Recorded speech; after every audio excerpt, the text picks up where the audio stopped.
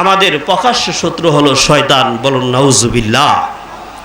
নারে তাকবীর। কোরআন হাদিসের আলো আগে আমরা কোরআন সুন্নাহর আলো আমরা মাহফিলে শুনতে পারতাম যে সংসদে জালো, ঠিক কিনা ভাই? কিন্তু ওলামায়ে কেরামের সোহবতে আসার কারণে মানুষ এখন ইসলাহ হয়ে গেছে, যে কোরআন হাদিসের আলো এখন আর সংসদে জ্বালানো দরকার নাই, কোরআন হাদিসের আলো ঘরে ঘরে জ্বালানো দরকার। কেন? আমাদের দুশ্মন আমাদের ঘরে ঢুকে গিয়েছে। বলুন নাউজুবিল্লাহ। কি বলতেছিলাম ভাই? আমাদের দুশ্মন আমাদের ঘরে ঢুকে গেছে। কি পরিমাণ দুশ্মন আমাদের ঘরে ঢুকে গেছে! প্রত্যেকটা ইমানদার যদি চিন্তা ফিকির করত, আমরা নারে তাকবীরের বলার সাথে সাথে বললাম কোরআন হাদিসের আলো ঘরে ঘরে জ্বালো। কেন ঘরের মধ্যে প্রজ্বলিত করতে হয়? কেন জ্বালাইতে হয়? কয় ভাই আপনি তো বলতেছেন ঘরে ঘরে জ্বালো। হাত্তা কে আমি আপনাদের ব্যাপারে চিন্তা আর গবেষণা করে দেখলাম, চিন্তা করলাম, ভাবলাম ঘরে ঘরে কোরআন হাদিসের আলো জ্বালায়া জীবনকে ক্ষান্ত করা যাবে না, বরং আপনার প্রত্যেকের কলিজার মধ্যে কলিজার কোরআন হাদিসের আলো জ্বালাইতে হবে। বলুন সুবহানাল্লাহ। কেন জ্বালাইতে হবে ভাইয়ের আমার? কোরআন সুন্নাহর জীবন ব্যবস্থাপনা আপনার আমার মধ্যে কেন নিয়ে আসতে হবে? এই ব্যাপারে আমাদের বড়রা, আমাদের আগামীর আসলাফরা সুন্দর করে কোরআন হাদিসগুলোকে রিসার্চ করে করে বান্দাদের কাছে পেশ করার জন্য, বোঝানোর জন্য সুন্দরভাবে কি করেছেন? উপস্থাপন করেছেন সারসংক্ষেপ করে। আমি আপনাদেরকে বললাম যে আমাদের ঘরের মধ্যে শত্রু ঢুকে গেছে, আমাদের দুশ্মন ঢুকে গেছে, আমাদের কলিজার মধ্যে শত্রু ঢুকে গেছে। যেই শত্রুর কথা আমি আপনাদের সামনে কালামুল্লাহ শরীফ থেকে যে আয়াতখানা তেলাওয়াত করলাম, সেই আয়াতের শেষ বাক্যের মধ্যে আল্লাহ রাব্বুল আলামিন বলেন তো দেখি আমাদের প্রকাশ্য শত্রু কে? অর্থাৎ আমাদের দুশ্মন এমন ভাবে সাইলাব করছে, ওই দুশ্মনের সাথে ইমানদার মুসলমান মুমিন প্রতি ক্ষণে ক্ষণে এমন ভাবে পাঞ্জা লড়তেছে। আর নড়া অবস্থার মধ্যে সাধারণত ভাবে দেখবেন দুইজন মানুষ যদি কুস্তি ধরে, তাহলে দেখবেন যে নিচে পড়ে যায় সে দেখবেন দেখতেছে আমি তো উপরে উঠতে পারতেছি না, সে নিচ থেকে কি করে? চিমটি দেয়। আর এ কথা বলে যে আমি জিতে গেছি, আমি তো নিচ থেকে চিমটাইতে পারছি। ঠিক কিনা ভাই? এটা আছে না, নিয়ম আছে না? যখন দেখবেন কোনো ব্যক্তি হেরে গেল, কোনোভাবে পাচ্ছে না তার সাথে উপরে ওঠার জন্য, তখন সে নিচ থেকে চিমটি দিতেছে আর তার আঙ্গুলি দিয়ে তাকে চিমটাইতেছে। পরক্ষণে যখন তাকে উঠাই দেওয়া হলো, দেওয়ার পরে বলতেছে ভাই তুই তো নিচে পড়ে গেছস। তখন কয় ভাই ঠিক আছে আমি নিচে পড়ছি, ঠিক আছে, কিন্তু আমি নিচ থেকে তাকে চিমটায় তার গাকে শেষ করে দিয়েছি। আমাদের শয়তান, আমাদের দুশ্মন আমাদের সাথে এমন ভাবে পাঞ্জা লড়তেছে, আর পাঞ্জা নড়ে নড়ে আমাদের ইমানটা এমন বানচাল হয়ে গেছে। এখন মাঝে মাঝে যখন এরকম ওয়াজ মাহফিলের ব্যবস্থাপনা করা হয়, মাঝে মাঝে যখন ওলামায়ে কেরামের সোহবতে যে আমরা দ্বীনি কথা শুনি, তখন আমাদের মুখ থেকে একথা আস্তে করে বের হয়, আমরা খাঁটি ইমানওয়ালা, আমরা মুসলমান, আমরা মুমিন। হুজুর যাই কিছু আপনি বলেন না কেন, আমাদের কি মুসলমানের খাতা থেকে নাম কিন্তু কেটে দিতে পারবেন না। যেরকম ভাইয়ের আমার, বন্ধুরা আমার, দুই ব্যক্তির শক্তির লড়াই হিসাবে কুস্তি করতে গিয়া যিনি শক্তি বেশি উপরে উঠিয়া তাকে নিচে ফেলিয়ে তাকে শাস্তি দিতে থাকে, নিচের ব্যক্তি নিচ থেকে বলে ঠিক আছে কিন্তু আমি তোর উপরে উঠতে পারলাম না, আমার শক্তি কম, আমি তোরে চিমটায় ক্ষতি করছি। হুবহু বর্তমানে ইমানের হালতটা এরকম, মুসলমানের মুমিনের ইমানের হালতটা এরকম। কয় ইমান আছে কিন্তু কয় এই কথাটা মাঝে মাঝে উলামায়ে কেরামের সোহবতে গেলে মাহফিলে গেলে, দিনী প্রতিষ্ঠানে গেলে, মসজিদে গেলে কয় আমরা আস্তে করে বলি, কয় হুজুর আমাদের ঈমান ঠিক আছে। এখন আমি আপনাদের সামনে বলছিলাম দুশ্মন আমার ঘরে ঢুকে গেছে, দুশ্মন আমার সমাজের মধ্যে ঢুকে গেছে, দুশ্মন এরকম ভাবে আমার দেহ মুবারকের মধ্যে ঢুকে গেছে। কি পরিমাণ ঢুকে গেছে কয় এই কথা সারসংক্ষেপ করে আমাদের আকাবির আসলাফ এত সুন্দরভাবে বুঝিয়ে দিয়েছেন। বলেন দুশ্মন শব্দ লিখতে গেলে কয়টি শব্দ লাগে বলেন? আরবিতে যদি আপনি দুশ্মন শব্দ ব্যবহার করেন, দুশ্মন শব্দ ব্যবহার করতে গিয়ে এখানে 4টি শব্দের প্রয়োজন, আরবি 4টি হরফের প্রয়োজন। প্রথম একটি শব্দের নাম হলো দাল, প্রথম যে অক্ষরটির নাম হলো, যে হরফটির নাম হলো তার দাল। দ্বিতীয় হরফটির নাম হলো দুশ্মনের নাম, আরেকটা দ্বিতীয় শব্দ হরফের নাম হলো শিন। এরকম ভাবে তৃতীয় হরফটার নাম হলো মিম, এরকম ভাবে চতুর্থ হরফটার নাম হলো নুন। বলুন সুবহানাল্লাহ। আমাদের আকাবিরা আসলাফ, আমাদের মুরব্বীরা কত সুন্দর করে কোরআন হাদিসকে মানুষের কাছে উপস্থাপন করার জন্য বুঝিয়েছেন। অত্যন্ত দরদ মাখা ভাষা নিয়ে কাকুতি মিনতি করে মানুষকে বোঝানোর জন্য ফিকির করতেছিলেন। অর্থাৎ দাল দিয়া মুসলমানকে কথা বোঝায়। দাল লিখতে গিয়া দুনিয়া শব্দ ব্যবহার করতে গিয়া, দুনিয়া শব্দ লিখতে গিয়া দাল ব্যবহার করতে হয়। এজন্য আমাদের আকাবির আসলাফ মুরব্বীরা বলেন দাল দিয়া ধরে নাও তোমার দুশ্মন হলো দুনিয়া। এরকম ভাবে শিন, শয়তান লিখতে গিয়া, আর যেই শয়তানের কথা আমার আয়াতে পঠিত আয়াতের শেষ বাক্যের মধ্যে আল্লাহ রাব্বুল আলামিন বর্ণনা করেছেন, ইন্নাহু লাকুম আদুউম মুবিন।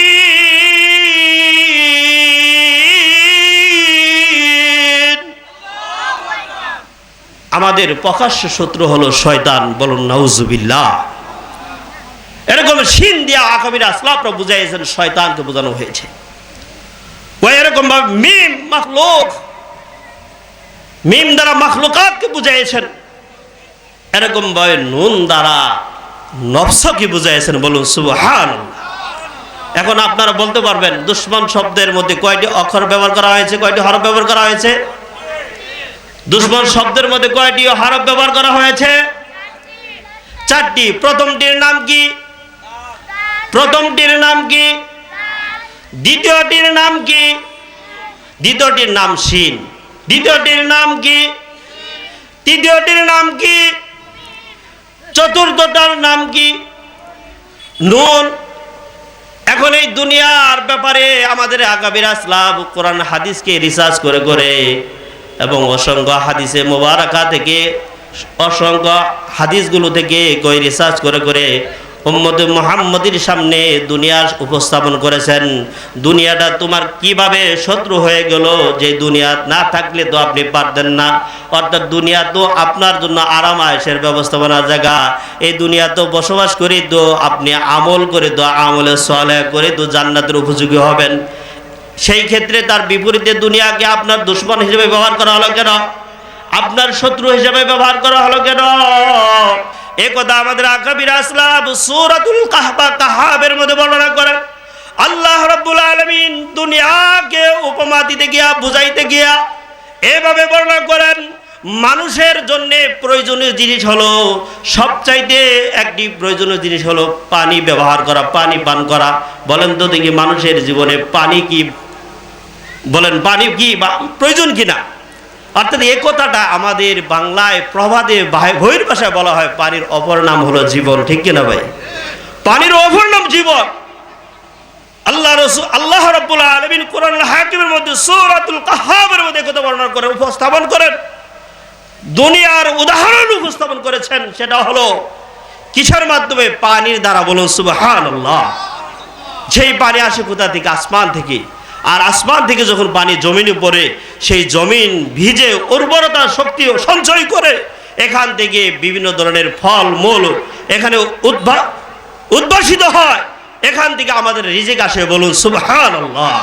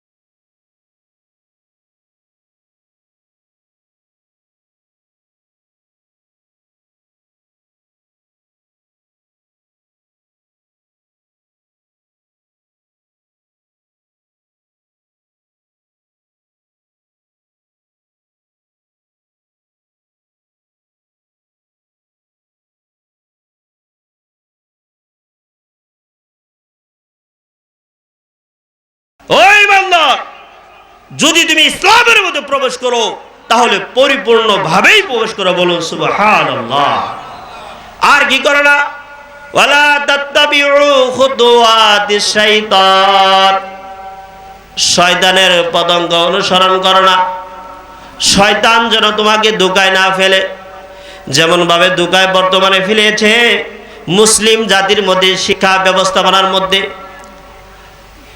অর্থাৎ বিজ্ঞান শিক্ষা দেওয়ার জন্যে, জাগতিক শিক্ষায় শিক্ষিত করার জন্য আমাদের ছেলে মেয়েদেরকে, মুসলিম উম্মার সন্তানদেরকে স্কুলে আমরা পড়াই। এজন্যই পড়াই যেন আমার ছেলেকে ইঞ্জিনিয়ার হতে পারে, ডাক্তার হতে পারে, দেশের বড় থেকে বড় সর্বোচ্চ ব্যক্তি বনে রাষ্ট্রটাকে পরিচালনা করতে পারে। এখন এখানে কই শিক্ষার নামে কুশিক্ষা ঢুকাই দিয়া, অর্থাৎ শয়তান সরাসরি কয় আপনার মানুষের রূপ ধারণ করে আসে না, বরং আল্লাহ তাআলা সূরা নাসের মধ্যে বর্ণনা করেন যে মিনাল জিন্নাতি ওয়ান নাস, শয়তান মানুষ রূপী এরকম ধারণ করে এক মানুষ আরেক মানুষকে এইভাবে শয়তানের পথে দাওয়াত দেয়, বুঝায়। যে কিভাবে বুঝায়, কই সিলেবাসকে বর্তমানে ইসলাম থেকে সরিয়ে দিয়ে কিভাবে মানুষকে বিধর্মী বানানো যায়, অর্থাৎ কিভাবে মানুষ আদম সন্তান থেকে কিভাবে মানুষ কি হবে, বানর বাচ্চা হবে, ফিকির করে। এজন্য ভাই যে কথা বলতেছিলাম যে আল্লাহ তাআলা এরকম ভাবে বিভিন্ন ভাবে শয়তানের প্রবঞ্চনা, শয়তানের কুমন্ত্রণা মানুষের মধ্যে ঢুকায় দেয়। আর এই কথা বলে শয়তান যে তোমরা এগুলো নিয়ে পর্যালোচনা করো, আর এগুলো নিয়ে তোমরা তোমাদের ঈমানকে নষ্ট করো, শেষ পর্যায়ে যেন আমার নামে কোনো নালিশ না করা হয়।